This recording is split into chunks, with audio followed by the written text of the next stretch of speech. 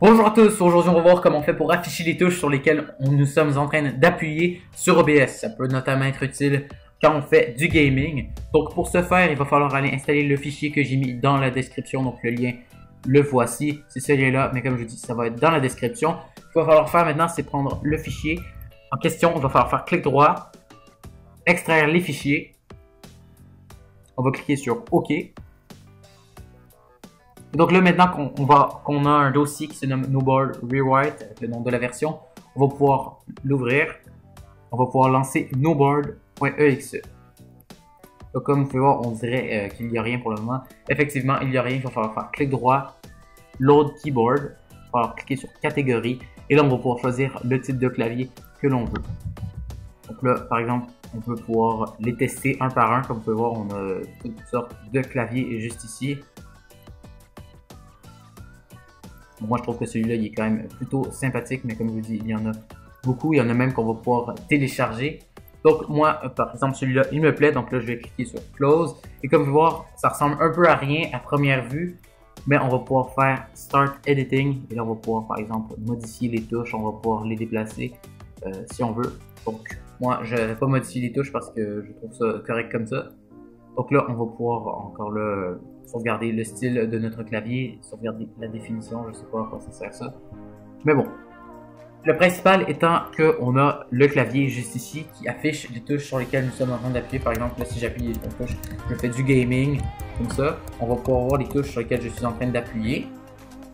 Comme je vous dis, il y a beaucoup de thèmes qui sont disponibles pour ce logiciel-là. Je vais sûrement vous en mettre un dans la description que je trouve plutôt stylé, c'est quand même vraiment facile à installer. Alors là, je vais vous mettre un tutoriel. Et donc là, on va aller cliquer sur OBS.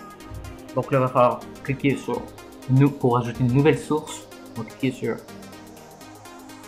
une source d'une fenêtre.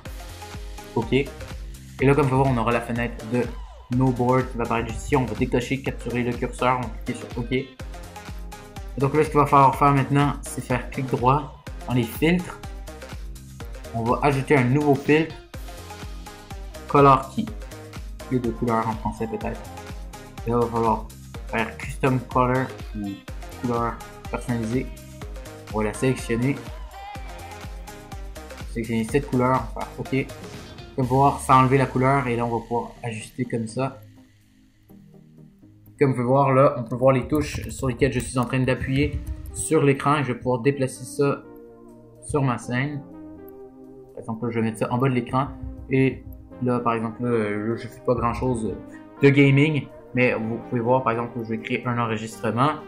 Et là, je vais appuyer sur les touches du clavier. Ça va pas marcher si on minimise la fenêtre. Donc, il va falloir mettre ça soit sur un autre écran ou filmer votre jeu et mettre ça à côté, mais il va pas falloir la minimiser. Donc là, par exemple, je vais aller faire, je sais pas moi, la calculatrice. Donc, voilà. Donc, ça fonctionne. Là, je vais arrêter l'enregistrement. Je vais aller voir dans mes enregistrements que j'ai fait. Juste ici.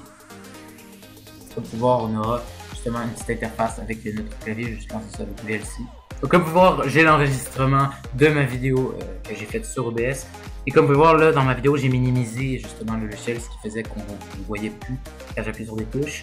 Mais là, comme vous pouvez voir, on a justement l'interface des touches qui sont appuyées juste ici, donc ça fonctionne vraiment bien. Donc si vous avez aimé cette vidéo, n'hésitez pas à mettre un j'aime en dessous de la vidéo, n'hésitez aussi pas à vous abonner et activer la cloche pour vous retrouver dans la sortie de toutes les prochaines vidéos.